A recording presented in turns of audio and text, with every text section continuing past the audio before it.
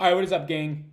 What is going on? If you're watching this on the replay, how you doing? It is 4:14 p.m. East Coast time, Tuesday, June 11th. So a little bit of an earlier stream, right? We got over 48 hours, really, 52 hours or so, 53 hours till this game kicks off for Game 6. I haven't even done the projections yet. For the most part, that's what I'm going to do right after this video. I'm going to be doing some stuff for baseball as well tonight. I'm going to be playing baseball tonight. Nice, decent, big size slate. A little bit bigger than I usually like, but it's fine. But yeah, I just want to get an initial kind of conversation going for tonight's slate, see where people's heads are going. Look at the pricing. I guess we can do that as well. Let me get Draftkings pricing up for this slate here. And then we can go from there. So a little bit interesting. Definitely, I went over it. If you have not seen the video yet today, we can recover it. But for the most part, went over pricing today. And yeah, you get absolutely no value when you price a guy like, who is it? Sean Livingston is now priced up to $3,800. The value there for a guy whose ceiling is literally 15 fantasy points in the minutes and the talent and skill that he has, that's rough. That's really rough. So let me just look at this and see who's in here. Make sure that people are actually watching this. You are now live. Perfect. If somebody's actually in here, please feel free to start the comment section. But I'm just going to keep going. Yeah, so when you get a guy like that, it makes it a little bit more difficult. I'm going to be interested to see what the projections are shooting out because Livingston's still going to end up grading out for around 10 fantasy points for me. And at a price point of 3,800, when he was 2,600, he was like a guy who, yes, you get into your lineups because there's nobody else. When he was 3,000, he was a guy like, I really don't want to get this guy into my lineups at $3,000. And the upside of 15 fantasy points at most, realistically like 10, and the downside, which we saw, like near 5. And now you get him at 3,800, where at 3,800, even if it's a slate filled with no value, he literally has to get you now closer to that 17-point ceiling, which we've seen not even once, right? We've seen 16 points out of him once in the playoffs, and I don't expect for any of that to change, even with KD being injured. We didn't see that before this KD injury by any means. So, yeah, on a slate like this, you never want to root for a guy to be out, but Kevon Looney, if Kevon Looney is not out, this slate offers no value. Quinn Cook playing 11 minutes in the last game. I don't really think that any of that is going to stick. You got more Quinn Cook than Alfonso McKinney in the last game, and I don't imagine that continues to happen. McKinney should have seen probably another 5 minutes, which are probably going to directly impact Quinn Cook's minutes. Both lineups in the green. Attaboy, John. So I imagine that means you faded Kevin Durant. I did not fade Kevin Durant. Seemed very nice early until the man's Achilles just absolutely tore, and that was brutal to watch. Very sad for that man because he's probably not going to be able to play at the beginning of next year. What's going on, everybody? Snipes, Elephant, how you guys doing? Everybody hopping in here. What's going on? Yeah, I'm going to let people hop in. This is just going to be a quick little, probably 20, 25-minute video stream so we can just chat. Yeah, for sure. Big Tony treating me well. Nice. Hey, excellent. Richard, how's it going? Hey, Sal, I'm thinking Cousins will be a good option for captain, says Jacob Turner. I think, at least early on, I tend to agree with that, but it has to have Looney out. Because what you need out of Cousins is more so a ceiling game in the mid to high 30s, even touching 40, and you're not going to get that at 20 minutes of play out of Cousins. You got kind of a ceiling game at 26 fantasy points when he played 20 minutes. If Looney is out, then I think I can project pretty confidently at least Cousins for around 28 minutes. I feel way better about the next showdown, to be honest. Yeah, so there's no value on this showdown slate, but I like the pricing because I can kind of eliminate guys right away, and I like what the pricing is looking like. And by eliminating guys right away, if Kevon Looney plays, I don't want Kevon Looney at that price point. I personally don't still want Serge Ibaka at $5,400. It's a mixture of Serge Ibaka. You're paying top dollar for a guy who's playing 17 to 18 minutes a game. And I get it. I get it. He's shooting exceptionally well. But look at Serge Ibaka's shooting numbers right now. And if you think that this is going to continue every single game, you're going to only get lucky. So he shoots in this series in the last 4 games, 43%, 50, 75%, and 62.5%. Like, that's got to come back down to earth. You imagine. And the minutes aren't there. Like, he gets foul trouble here to get an extra 4 or 5 minutes. He stays in on a huge run here to get an extra 4 minutes. His realistic minutes, I'd say, are around 18 per start. And I can't pay $5,400 for a guy not even touching 20 when for, I don't know, $400 more, we're potentially going to get Cousins playing mid to high 20s next game. For $1,000 more, you're going to get Danny Green playing 10 plus more minutes. It's just tough to get there.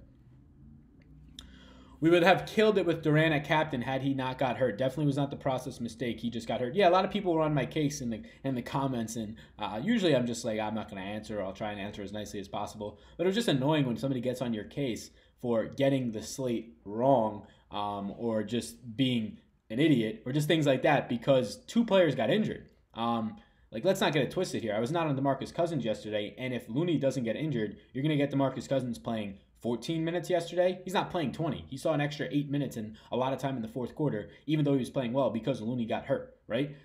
Kevin Durant going down significantly helped Steph, significantly helped Clay's ceilings. And Steph getting close to his ceiling at 52 and Clay getting above projection in the 40s or the high 30s. So those things aren't going to happen. Look, Kevin Durant, what did he have? He had, I believe he had in the teens, right? Or at least the mid-teens in fantasy points. He had 16 and a half fantasy points in 12 minutes. This man was going to play, because he played 9.5 minutes in the first quarter, he was going to play 3 times as much as that. This man was going to touch 50-plus fantasy points, which would have probably kicked out Steph Curry at that point, because it would have, one, limited Steph Curry's upside, and then you just can't fit Steph, Kawhi, and KD in that sort of a lineup. So, yeah, in terms of getting the slate wrong, I don't think so. I actually felt really good about the way that I approached the slate. I think that my heavy interest in Marc Gasol and KD for captain spots, I ended up on Gasol. It didn't work out because I had KD in the utility, but I think both of those would have panned out fine, barring an injury. I think the DeMarcus Cousins sort of a fade would have worked out, and then the Steph Curry fade would have definitely worked out if you have KD in there, who would have scored 50-plus points, probably limits Steph to only the 40s. Didn't watch the game, but between Kevin Durant injury, Bruins game 6, yeah, I'm a big Bruins fan. Snipes, I don't know if you're a Bruins fan, but yeah, I was very excited to see them force a game 7. And Big Poppy getting shot, I couldn't keep up. Yeah, lots of news. Hopefully, I saw Big Poppy's now stable, but very scary, awful, gun point blank in the back while he's sitting at eating dinner, having a drink. Terrible. Gasol and Curry or Dre and Clay, says Rich Hart. Game 6, Clay's a thing. Game 6 Clay is a thing in what? A 2-game sample size? Like, I don't know. Or the 1-game sample size that you're looking back to the Oklahoma City when he had a huge half. Yeah, I'm not going to look into Game 6 Clay being a thing just based on his one half against the Oklahoma City Thunder when they were coming back from a down 3-1. Gasol and Curry or Dre and Clay. Right now I lean Dre and Clay, but I'm not sure. It's way too early. I haven't even made projections yet. You know what I realized, Sal? Toronto is not going to win. You can feel the energy from Golden State.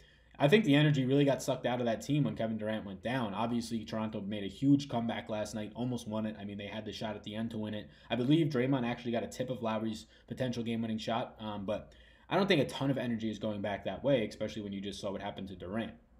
Going back home for Game 6, I'd imagine they're probably going to be favorited or pretty close to it. Game 7, I imagine, is where Toronto would close it up.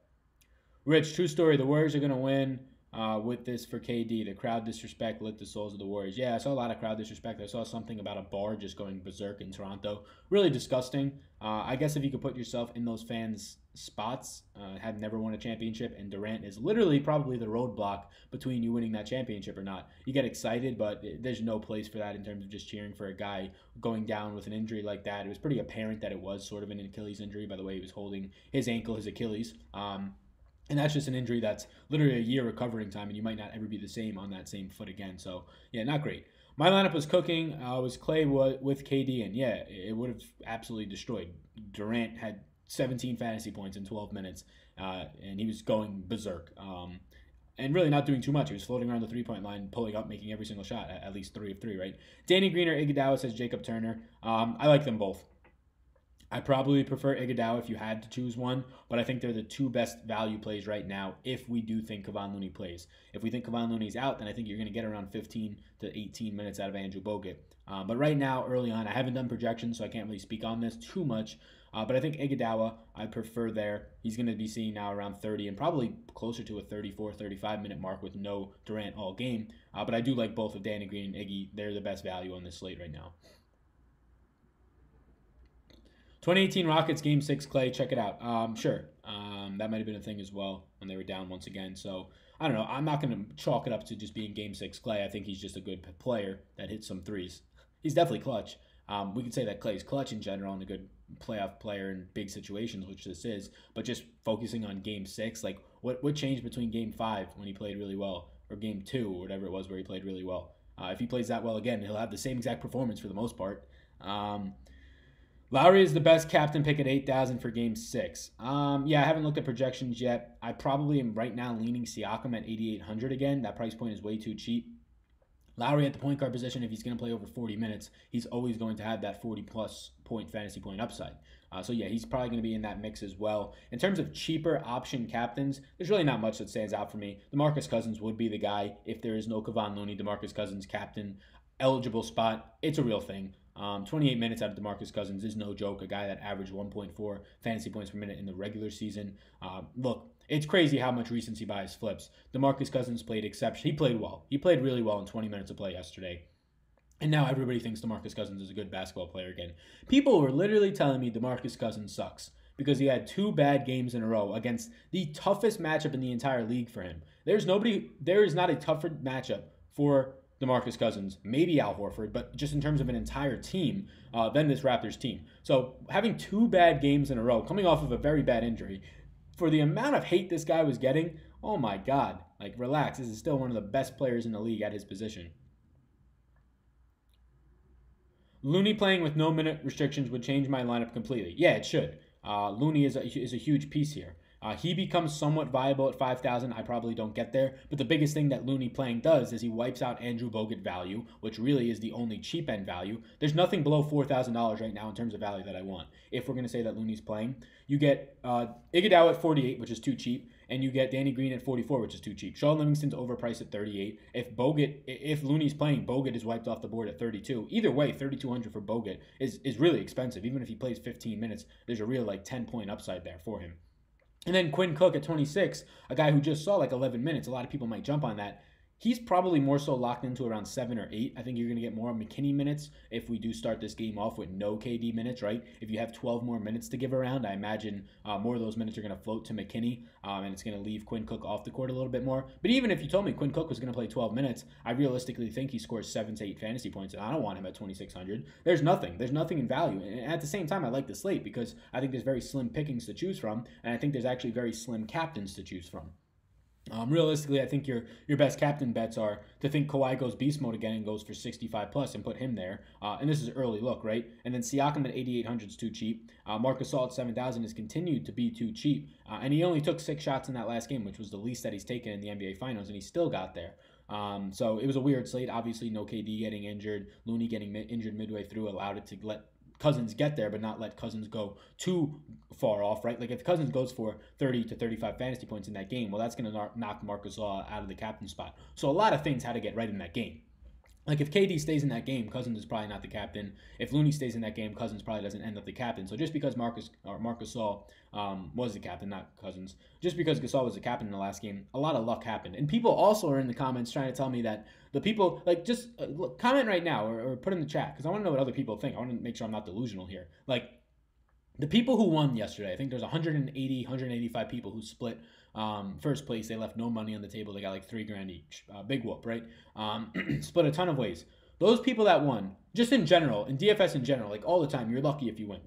Get that on the table. There's a ton of luck, and if you're only entering 1 to 5 to 10 to 20 lineups into these max enters, you're extremely lucky if you win, right? If you're entering 150, you're reducing the luck because you have more chances, right? It's just a number. It's a percentage game. You don't even have a 1% chance to win if you're only entering one lineup. You don't even have a 0.5% chance of winning, right? Not even close with 58,000 entries if you're only entering one lineup. So let's just get the argument out there that you're not lucky every single time you win.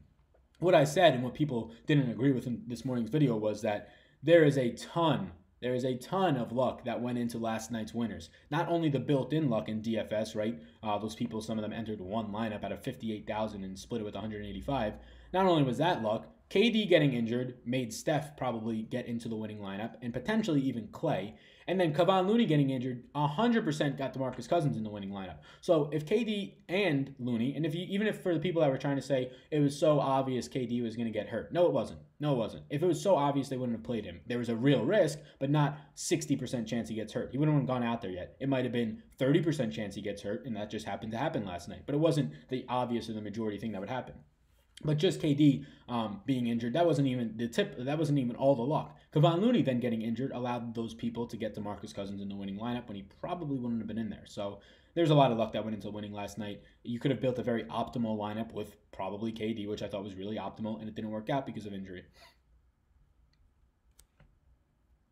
Pete Martinez, he says, I need 1K subs to live stream. I'm going to do the same, but only FanDuel.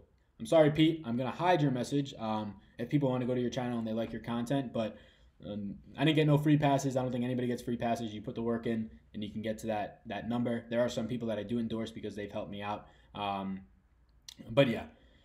So what do we got here? Looney. Okay, so if Looney plays, no Boogie from me. Yeah, if Looney plays, it does take a big hit to Boogie. Looney's going to see around 20 minutes, which only limits the upside for a guy like Boogie. I think Boogie's still in play, but not as a captain at 58. You're kind of rooting for another ceiling type of game in limited minutes around the 20-minute mark for Boogie at that point. I like Clay. How do you feel about him?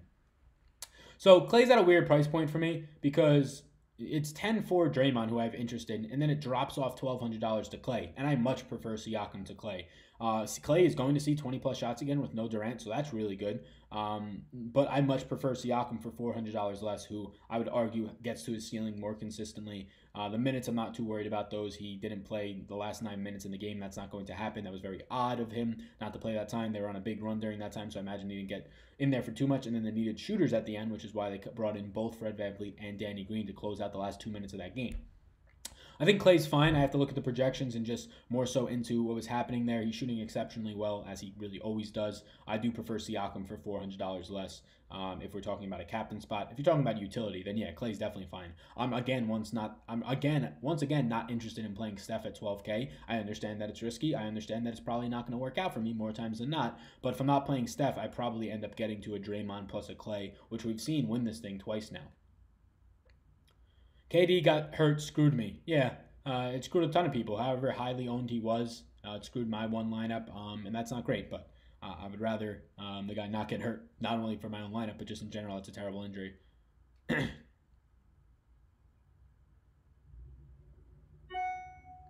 Yo, Sal, what's going on? And yeah, Pete. Pete says he's in Miami. He's trying to do this stuff for NFL. Yeah, definitely. Just stay consistent. Here's the thing. I make on average 2 videos a day. So getting close now, or we're closing in probably, hopefully by the next time that there's an NBA game on Thursday, we can maybe break the 5,000 subscriber mark. We're I think like 70 away. But I make 2 videos a day. Sometimes, I mean, when I do live streams like this is now my 3rd video today, and I might do a golf video today, so that'll be 4. So in the DFS space, if you're trying to do DFS, it's not a huge crowd, because think about it. So you have sports as this big ecosystem. You have sports betting below that, right?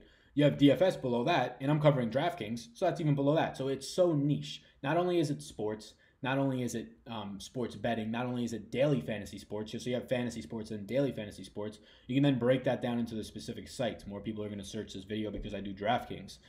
So yeah, it's just very specific. If you get to the 10,000 subscriber mark in daily fantasy sports, that's a huge accomplishment. That's very similar to probably being around 50,000 subscribers or more in any other bigger space, because this is so niche, right? There's not a ton of people that are interested in this content. There's not a ton of people that are as serious about it to look up videos on YouTube. So just keep it up. You'll get to 1,000 subscribers. NFL season is definitely going to help for that. Right now, it's a dead season, especially with the NBA ending. I would try and cover the NBA. These last maybe 1 or 2 finals games, you'll get more reach on your videos. Just more people are interested in these big showdown prize pools. MLB will be very average in terms of viewership. Golf is usually decent, not great. But then, yeah, NFL is where you'll get a lot of attention. So just try and make, for the NFL season, honestly, 5+ videos a week, but don't just put out garbage picks videos. This is who I like this week. Put them in on my iPhone screen recording. No, that's not helping anybody out. So yeah, just stick with it. A lot of videos, a lot of effort. I put in 2 hours a morning into research, and then I do an hour and a half of videos, and then I do live streams. So yeah, it's a lot of work. But it's something that I want to try and make money off of, which slowly and steadily is actually increasing, and I cannot wait for the NFL season to kind of shoot up, hopefully. I'm ride and die Pascal LOL. I've been getting him at captain every night. Wow, so that definitely paid off game 1, right? And since then, not so much. But yeah, it's not even the fact that I think that he's just due, right? I think that he's fine. Like, he's going to see 40 minutes more times than not. KD not being in there will help a little bit, sure. But Siakam at 8,800 is too cheap. The guy is too cheap. His price autocorrects way too much. He's the cheapest he's been in this series, cheapest he's been in a while, $800 less than the last time out. And now he's $8,800. And look, he doesn't have to be an automatic captain spot. The only reason that he's nice is he's $8,800, and he probably provides the best ceiling in terms of a 50+ point night at his price point. Realistically, I think he provides the best ceiling until you get $1,600 more to Draymond. I love Siakam as a utility spot because he's this great player who's going to save you $1,000 or close to it based on where he's been priced as of late. So if Siakam at 8,800 goes out there and scores you 33 fantasy points, which for the most part is probably going to be less than I project him for, he'll probably project out closer to 36, 37 for me. 33 doesn't kill your lineup. That's still viable because there's only so many players on the slate that can hit 30+ fantasy points. And if Siakam has a bad game, which I would consider that a bad game, at that price point, it doesn't hurt you as much as if he was 9,600. So, yeah, Siakam, I like him in as of right now in any format. And early on, he's a very interesting captain for me. I haven't built the lineup. I'll probably toy around with just building some tonight, but I need to know this Kevon Looney news because then my only viable or decent value at 3,200 in Bogut, who even at that price is not great. Like $3,200 for Bogut, you're looking more times than not at less than 15 fantasy points. But if he falls on 13, maybe it's enough. $3,200 for Bogut is the only guy below 4K I'd consider playing, only guy below Danny Green I'd consider playing, and I need to know what's happening with Looney to know that. If Looney is out, it bumps up Bogut. It obviously bumps up a guy like Boogie Cousins a good amount at their price points. If Looney is in, it bumps them both down, and it probably clears Bogut off the board for me. Yeah, one game won nicely. Every other game I was near last place, as An888. Yeah, so game one I did really well. I won a few $100s, more than a few $100s, not 1,000, but a little bit less than 1,000, which has really been able to propel my losings. I have not. I might have hit on one lineup. I think I won like 30 or 35 on a game 3 lineup. Game 4 I lost everything. I played 3 lineups. Game 4 I lost all 3. Game 5. Lost my lineup that I played. I think game 2 I lost. But the big thing was that all 3 of my entries for game 1 I won on like low dollar tickets, and then I was able to turn that into a lot of money. So no matter what, I'm going to profit this Showdown NBA Finals series. And right now I'm just playing with happy house money, and I'm not trying to put it all into these Showdown slates because they are so terrible, honestly. But I do like the pricing in this one. The fact that there's no value, it's going to force you to have a very middling build in terms of your captain, and maybe just throw a dart with a guy on the low end. There's going to be a lot of similar builds. A lot of people probably don't get to Curry or Kawhi at the captain spot because there's no value, maybe even not Draymond. So there's going to be a lot of similar builds. It's just a matter of maybe leaving money on the table. Nobody left money on the table in the last game and they won. The chalk build won. And the chalk build won because KD and Looney got hurt, and then it got extremely lucky. More lucky than you normally are in winning a contest. So I'm not going to now all of a sudden go, oh, I could win $3,000 by leaving no money on the table. No, it's still extremely as unlikely as if you leave $800 on the table, and now instead of having upside to take home 5 to 6 figures and high 6 figures, you're now taking home $3,000, which is decent money. But what is it? Your mortgage for 3 months, your rent for 3 months, whatever it might be. So it's definitely great money, but going into it with the expectation that the only reason I'm playing tonight is so that I can win 5 figures at a minimum. So I don't want to leave money on the table. I'd be really happy if I won $3,000 on a $25 entry, but realistically, at the same time, I know that my win upside isn't going to happen often, so I might as well try and capitalize on it when it does. That was the first time that leaving all the money on the table has won since I've been following these Showdown slates in the playoffs, which has been like for a month and a half. This slate is so much harder. It was not like the last series where if you get Giannis and Kawhi and you practically automatically made money. Don't like that on this slate. Yeah, the problem is there's been 5 games and you've needed Steph, who's been a top 2 price player in this series, for only 3 of those 5 games. And realistically, I think last night if KD plays more time in that, you don't even need him for that game. So Steph wasn't needed in game 4. Steph wasn't needed in game 2, I believe. And that's the issue. You can't rely on Steph Curry at this price point to kind of get you there. And it's not because Steph's a bad player. Steph scored in the 40s in game 4. He just wasn't needed because Draymond Green scored more than him, and he was cheaper, and that's the guy who was needed. I think somebody said today that Draymond can only get you there if he gets a triple-double. That's not right. Draymond was needed in the winning lineup twice so far in these series, 2 out of 5 games, needed in the winning lineup. He's been needed in 3 out of the 5 games. One of the games he got a triple-double, but in 2 of the other 3, so he's been needed 3 times to be in the winning lineup out of 5 games. That's pretty good. 2 of those games, he didn't get a triple-double. So somebody tried to tell me that he needs to get a triple-double, which I understand. That's kind of the belief, but he doesn't. He doesn't need to get a triple-double. He can do much different things. He had 12 assists, like 9 rebounds and 10 points, and that got you there with a steal. So Draymond, he just does so many things, and those stats for him are not volatile. He's a guy who is, especially now with no KD out there, and maybe even no Kevon Looney, he's going to get you those 10 rebounds or 9 at the minimum, right? He's going to get you more assists with Klay being out there and Steph being healthy, and just being able to knock down the shots that he's assisting on. And then he's definitely going to get you around the 10-point mark, and I'd be shocked if he doesn't see 10 points because there's just so many times that he drives to the basket, whether he's getting to the free throw line or actually making those layups. And then, like we saw yesterday, he actually knocked down some jump shots. So Draymond's floor is just so high. It's pretty much 40 points. And then if he gets you the triple-double, he's pretty much an auto lock into your lineup that's needed. And if he doesn't get you it, he's definitely not out of the question. Like we've seen 2 out of 5 times he hasn't had a triple-double in the series, and he's been needed in the winning lineup. So I think Steph is definitely fine. Who's ready for Golden State to come back? Let's get it. Maybe. I think that this series, and I hope it does, go to 7 now out there in Golden State for Game 6. Do you think Van Vliet will have a bigger impact this next game? I think Fred VanVleet kind of floats between a role of having around 20 fantasy points on average, and really when he gets bigger minutes, it's closer to a 25 mark, but his ceiling is not high enough for me to consider him as a captain, and at his price point of 6,600, I don't want that. Now, I do think Fred VanVleet will go kind of under-owned, but look, here's the thing. $6,600, he's not $5,400. He's not $5,000 like he had been in the past. He's $6,600. He's $400 cheaper than Marc Gasol. You need Fred VanVleet to go out there and score 30-plus fantasy points for him to realistically end up in your winning lineup. And what I'm seeing right now out of Fred VanVleet, at least early on, is not a guy who's going to go out there and score 30-plus fantasy points. He's only done it once in the past 2 series, right? And when he did it, he scored 31 even. So at 6,600, yeah. Marc Gasol was at 6,000. He scored 30 fantasy points. He was needed as the captain. Fred VanVleet's $600 more this next game. I just don't see it. And the reason why that Fred VanVleet is suffering, he's playing a lot of his minutes alongside Kyle Lowry. And Kyle Lowry, if Kawhi Leonard isn't the de facto point guard, it's Kyle Lowry. Lowry and Leonard are the guys getting the assists. Fred VanVleet is now suffering from assists. He's kind of a shoot-only guy, similar to Klay Thompson. But Klay Thompson is a much better shooter than him, and he's just going to get a lot more shots. So yeah, how many shots did Fred VanVleet? Fred only got 7. Like, look at this. In this series, he had the one game where he played well. He got to 31 points. This was the game that Lowry fouled out, so he played an extra 6 minutes, right? Other than that, he's taken 8 shots, 9 shots, and 7 shots. This 17 was literally because Kyle Lowry was out of the game.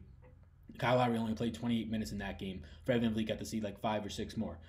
He's going to average around 8 shots a game. If he maxes out to 10, he's not going to get any assists. That's all Lowry's. His assist rate is absolutely crushed because he's playing alongside Kyle Lowry. So Fred VanVleet, if he was in the 5K range, I'd be interested. 6,600, there's just no way. The upside's not there. Even if he makes 60% of his shots, even if he does that, even if he makes 5 of 8 shots in this game, there's just nowhere else for him to get enough points to get to 30, which is really what I need out of him. Maybe if he scores 27, 28, you need him. Sure, there's not a lot of guys that'll get there. But realistically, I just don't see it happening at that price point. It's going to keep me from other guys. I think it'll be extremely contrarian, and on a one-game slate, anything can happen.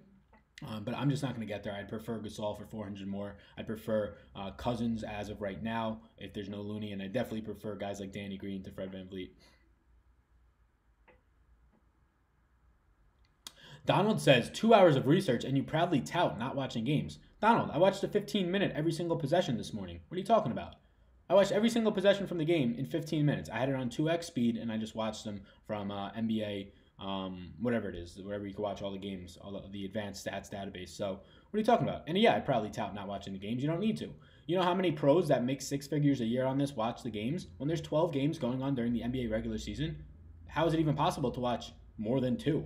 Like, if that, right? So, yeah, no, there's no reason to watch these games. Definitely not a one-game showdown where all the information I have 2 to 3 days to gather what happened, right? If I miss one thing at 5 a.m. the next morning, I'm definitely going to realize that by literally later that day. So, I really don't see the need in touting the game or watching the games. Not a single person. Awesemo does not watch these games. He's the number 1 ranked player in the world. He's not watching every single game out there, right? So, yeah, I proudly tout that because I think, honestly, unless I don't get enjoyment from watching this Raptors-Warriors series. I just don't. I think it's a very boring series. It's all on until midnight. I get no enjoyment. So I'll watch the first half and then I'll go to bed because I just don't get enjoyment out of it. If there was a more exciting team in the finals, and I get it, Kawhi's exciting to watch. If LeBron was in the finals, I'd watch him. If it was Giannis, I'd watch him. I like watching those players more. There's no excitement for me. So yeah, doing the research, either way I'd be doing that research, even if I watch the games. You watching the games, you're not picking up on anything that's happening other than the players making the shots. You're just not. You're not picking up on how many possessions a guy is guarding somebody. You're not picking up on when players check in for each other. You might be picking up on foul trouble, maybe not. There's just so many things that watching the games do absolutely nothing for you. I can understand. I can watch the game or I can check later on and see who makes the shots. But to appease everybody, I watched the 15-minute recap of every possession this morning and saved myself 2 hours and 45 minutes. People talking down GPTs do more research than watching games. People talking down GPPs do more research than watching games. I don't know what that means, Justin. Oh, he says, I've taken down 2 large GPPs and barely watched basketball. Yeah, I completely agree. He says, preached out. Oh, yeah, I 1,000% agree. I don't bet on like per quarter production, so there's no reason for me to watch them at that point. I play a lineup, and I'll wake up if I win some money, right? The showdown slates, I don't check my lineups. If I think I'm in it and like my players are doing good, I'm still not going to check till midway through the fourth because it's so variant. And I get every single thing that I need to know before the next game. If I don't see Fred VanVleet's injury that kept him out for 6 or 7 minutes in the game, I'll see it later on that day. Just because I didn't see it at 4 or 5 a.m. the next morning because I didn't check Fantasyland's injury report, which I usually do. But in these finals, I just haven't really thought about doing it. But yeah, I think I know way more about these games than any casual fan watching them, and I don't watch them. So you can say what you want about that. I watched the 15-minute recap today, so there we go. We got the best of both worlds. But yeah, way more from sites like this, way more from defensive matchups in the game, checking shooting percentages just to see who was hot in that game and is not going to repeat that. The only thing that people watch the games know is pretty much who's making baskets. Nothing else. My stream just went offline for a second. Glad it's back. Okay, good. It sucks to watch the games when you're betting on a player and he's scrubbing it out right in front of your eyes, LOL. Yeah, that does. Especially if you're betting on a point total or something and it's just not getting anywhere near there. It's just like, God, how can I bet the other end of this to make some of my money back? Just injury news live time. What do you mean, Weeda boys? I knew KD was a full fade. People stupidly played him. Sal, do you think that Curry or Leonard will be in the winning captain spot for Game 6? I'd say no, just due to the limited value. But if you're going to get a 70-plus point Kawhi Leonard game, then yes. Or even for Curry. But I lean no just because there's just 0% value. Literally, 4,400 is like the lowest I'd want to go comfortably. If KD didn't get hurt, he was going to put up numbers. Yeah, exactly. Here's the thing. Dudley says, I knew people were going to get... He had a calf and Golden State rushed the guy back. Yeah, Golden State rushed him back. I need water. My throat is so dry. But here's the thing. Playing KD last night was not dumb. He was $10,000. He was extremely cheap. They said there was going to be no minutes limit. There was, at least what they indicated to us, and probably what they believed, there was a very less than majority chance that KD would have re-aggravated his injury last night. I don't know what that percentage is. Nobody knows what that percentage is. Let's call it 30%. 30% is a pretty high number for the best player or a top 2 player in the world to go out there and risk an injury that might keep him out for the majority of next season, which this probably will. 30%, that's a high number, but it's not the majority. That means 70% chance, and this is probably what the trainer said, that he's going to be fine to go out there and play. And he looked fine in 12 minutes. He was going to put up 45, probably closer to 50 plus, definitely closer to 50 plus fantasy points in my opinion. Would have probably had close to 30 by half. Yeah, he was going to have a great game. The fact that he re-injured that, there's no way any single person can confidently brag and say, I knew he was going to injure that. No, you didn't. It's easy to say that in hindsight because if he didn't injure that, nobody would have came out and said, I knew he wasn't going to injure that because there would have been no take on that side, right? So, yeah, the facts in hindsight, what we were all led to believe was that he was going to be majority, more times than not, if he plays that out, fine to play the whole game. And that just didn't end up happening, the percentage of the chance last night. That sucks really for Kevin Durant. For people who put money on him last night, that stinks. Not nearly as much as tearing your Achilles, so I'm fine to lose my 25 last night. Or whatever it was. But at the end of the day, he was a great play at $10,000. He was the most underpriced player at that point. He was on pace to play 38 to 40 minutes in that game, which is what I had projected him for. At 40, people told me I was crazy. He probably would have played 38 at a minimum. So yeah, I think that KD was a fine play last night. Yeah, he was going to be in the winning lineup if he didn't get hurt. And there's really no way to predict him getting hurt. He was at a much, much greater chance of getting hurt than any other night when he's healthy. But I don't think it was 70% chance this guy's going to go out there and get hurt. They wouldn't have played him then. It was probably 30, 35%, or at least that's what they thought. KD wouldn't have been a fade if he didn't get hurt. Exactly. But he was a real injury risk, so I get it. Exactly. The same thing I just said. He was a huge injury risk, so not playing him made sense, like if that's the narrative you were going off of. But to say you knew he was going to get injured, no. That's just you're just trying to increase the size of your head.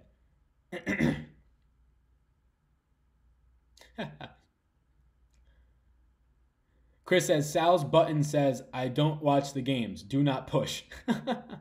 Don't push that button. No, I really don't care. It's just... There was like 2 or 3 people commenting in the comment section and like literally trying to just discredit everything I was saying because I didn't watch the games. And I was like, listen, do you know how many possessions that this guy played on or defended Kawhi on? Do you know who checked in and why at this point? No, you don't. So don't try and discredit my content that I'm actually putting time into. Studying irrelevant regular season stats for the playoffs with all the adjustments they make during the postseason is not helpful. I disagree, but I'm not studying regular season stats. I'm studying the game before and the overall playoffs and just a lot of different things, mainly the game before and these sample sizes in the playoffs as much as we can in general. reading game notes, things like that. But I don't think the regular season is by far irrelevant. Not at all. Definitely minutes are going to change, and that just makes you a little bit more secure about certain players' points per minute. When guys are off the court, certain players' points per minute go up, like we saw with Steph yesterday once KD came off the court. It's just things like that to know. It's a lot easier information to digest. But yeah, I think that they hold a place, but the playoff run and these sample sizes definitely more. I would have definitely cashed if KD didn't get hurt. So yeah, definitely. I meant watching games only gives you live time injury news. Yeah, definitely. I agree. I mean, Fantasy Labs is 1 or 2 minutes behind. I just didn't check my notifications. I went right to the computer in the morning, which was probably a mistake the one day that I do that. What's going on, Luke? I knew he was going to injure that. If KD didn't get hurt there, would have been a good chance on him being in the winning lineup. I would have guaranteed you if KD goes out and plays 38 minutes, which he was on pace for, he would have been in the winning lineup. I lost 50. Do you ever play the over-under fantasy points on my prize picks as B-Dub? I don't. We've talked about this before. I don't use my prize picks personally. I fade haters on live chat, says Justin. Let the haters hate. Sal's the man. My man. Only other person I listen to is Awesemo. Yeah, Awesemo's content's great. All the guys over there at Awesemo know what they're doing. I mean, the number 1 player in the world is probably not going to hire a bunch of schmoes, right? And then Tom, who's the other part owner. I believe there's 3 of them out there that are co-partners or whatever you want to call it, co-owners. He is also very good at daily fantasy sports. Tom JK 321 or something. Honestly, I don't watch basketball and I have won big money, says Dudley Cassie. Yeah, exactly. Exactly. Basketball is the most projectable sport by far. By far the most projectable sport. If you can nail in the facility of somebody's minutes they're going to play in that game, and you have a sample size and a pretty good one of how good that they produce with the certain players on the floor with them, you're going to get pretty close on most nights to what they score. It's not something that you could say for baseball. So if it's that projectable, yeah, you don't need to watch the games.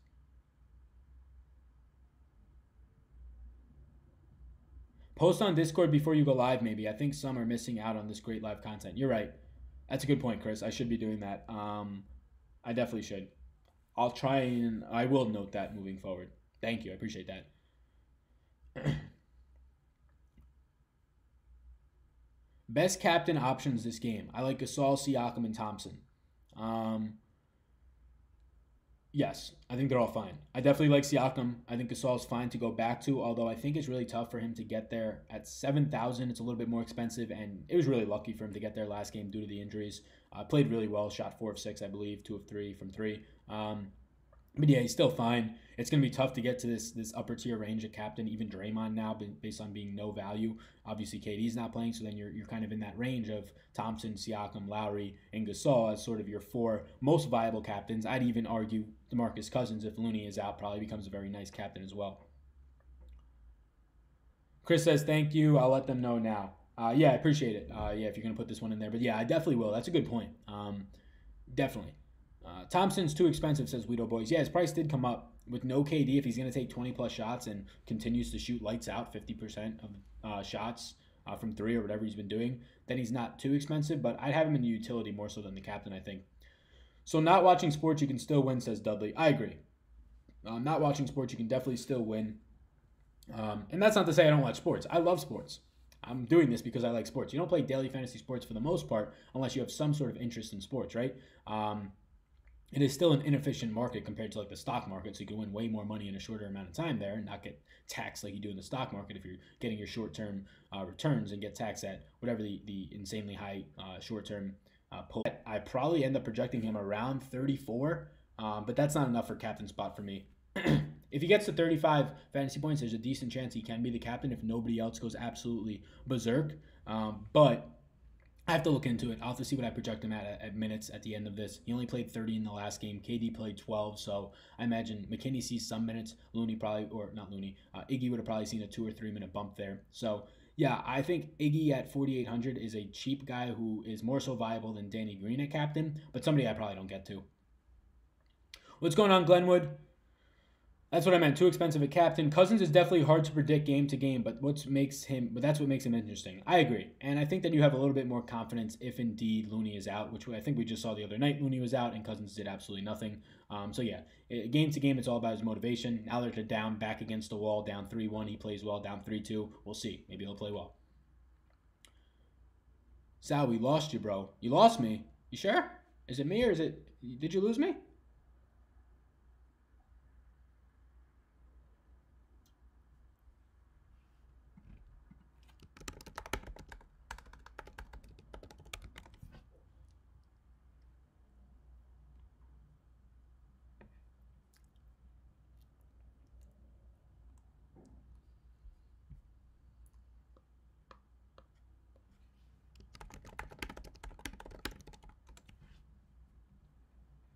Are we back? Did it just reboot somehow? What the hell? That was weird. Is it back? That was weird. Everything just went down and came right back. Probably lost all the people on the stream. Is this live? What's happening right now? Oh yeah, we're good. Look at that. Weird. That was really weird. Okay. We're back. Cool. You're back. Let me just answer the rest of these questions, and then I probably am going to bounce because it's 5, and I have a couple other things to do. Baseball slate starts in a couple hours. I want to do these projections. So, all right. Jeffrey, what's going on? Will you be doing a mock draft content for NFL? New subscriber. What's going on, Jeff? Thanks for subscribing. Mock draft content in terms of fantasy, like regular season? Yes, I'll probably be doing some rankings for the season as it comes closer. Cannot wait for Sal to start covering the WNBA. It's going to be rainy season for us. Raining cash, that is. Yeah, WNBA is extremely profitable. I've been playing none, to be completely honest. I've been tracking stats, but just the amount of content I'm doing in the sports I'm playing right now, mainly golf and NBA and MLB and one lineup at the showdown slates for NBA. Yeah, I just can't get to these 2-game or showdown slates for the WNBA. I saw there was just a 5-game slate, which is great. So yeah, I'm excited to get to that as well. The perfect lineup last night was Captain Gasol.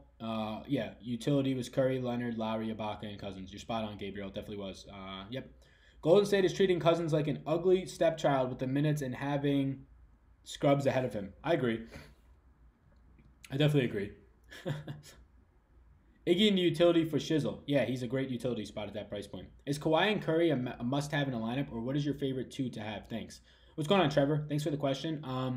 Definitely Kawhi. Curry is more times than not going to be needed in a winning lineup, especially with no KD. And we saw increased Boogie, so if you're going to get more Boogie, I'd probably lean away from Curry. At $12,000, I'm not paying $12,000 for Curry. So for me, I continue to hate him now 3 games in a row here. But Kawhi for me, and then I probably like Draymond more than Curry. Draymond's gotten there more than Curry 2 out of 5 games. One of those games, there was just no Clay. That was going to be an obvious high point for Steph. Last game was a game where KD leaves the game early. Looney, more so KD impacting Steph. So, yeah, Steph's going to get there more times than not. But Draymond, 2 out of these 5 games, has scored more than Steph. Or has it been 3? I believe it was 2. He had the triple-double. Game 1, right? Yeah, the triple-double game 1 scores 41. Yeah, he's gotten there in game 4 and game 2 more times than Steph. And yeah, I like Draymond more than Steph just because of that. It's not like Steph's getting there, similar to Leonard, who's getting there every single time outside, I believe, game 1 more than Pascal, or every single time instead of Lowry or Marc Gasol. Steph's not getting there every single time compared to his teammates. Even Clay's outscored him before. So yeah, I'm going to continue to stick with Draymond for $1,600 cheaper. That's just a ridiculous price difference. Stream is back. Good. I once was lost, now I'm found. You're back. Yeah, you're back. Your connecting sucks, says Dudley. I apologize for that. Is it laggy right now? I apologize. There's probably some other things going on that are out of my control. You went to commercial break. Kawhi or Curry captain spot. If I had to pick between one of those, it's Kawhi. Connection. Working fine on my side, says people. All right, gang. I'm out. I'm sorry for that last 5 minutes connection issues. I hope that you all forgive me. I guess I'm very laggy right now. Yeah, I apologize for being laggy. I missed your input on Iggy at captain. I lost you because the stream went down. Iggy at captain, I think he just doesn't have the upside. He should see more minutes. If I project him out for 35 minutes, there's a chance that I have some interest in him at captain spot, especially if it allows you to get to more expensive guys in your lineups. But right now, I'm probably going to go away from it. I like Iggy in the utility a lot. Peace out, gang. We still got 2 days till this stuff starts off, more than 2 games. 2 days. I'm going to be doing projections after this. They'll be up on Patreon. You can support me there. Peace out, gang.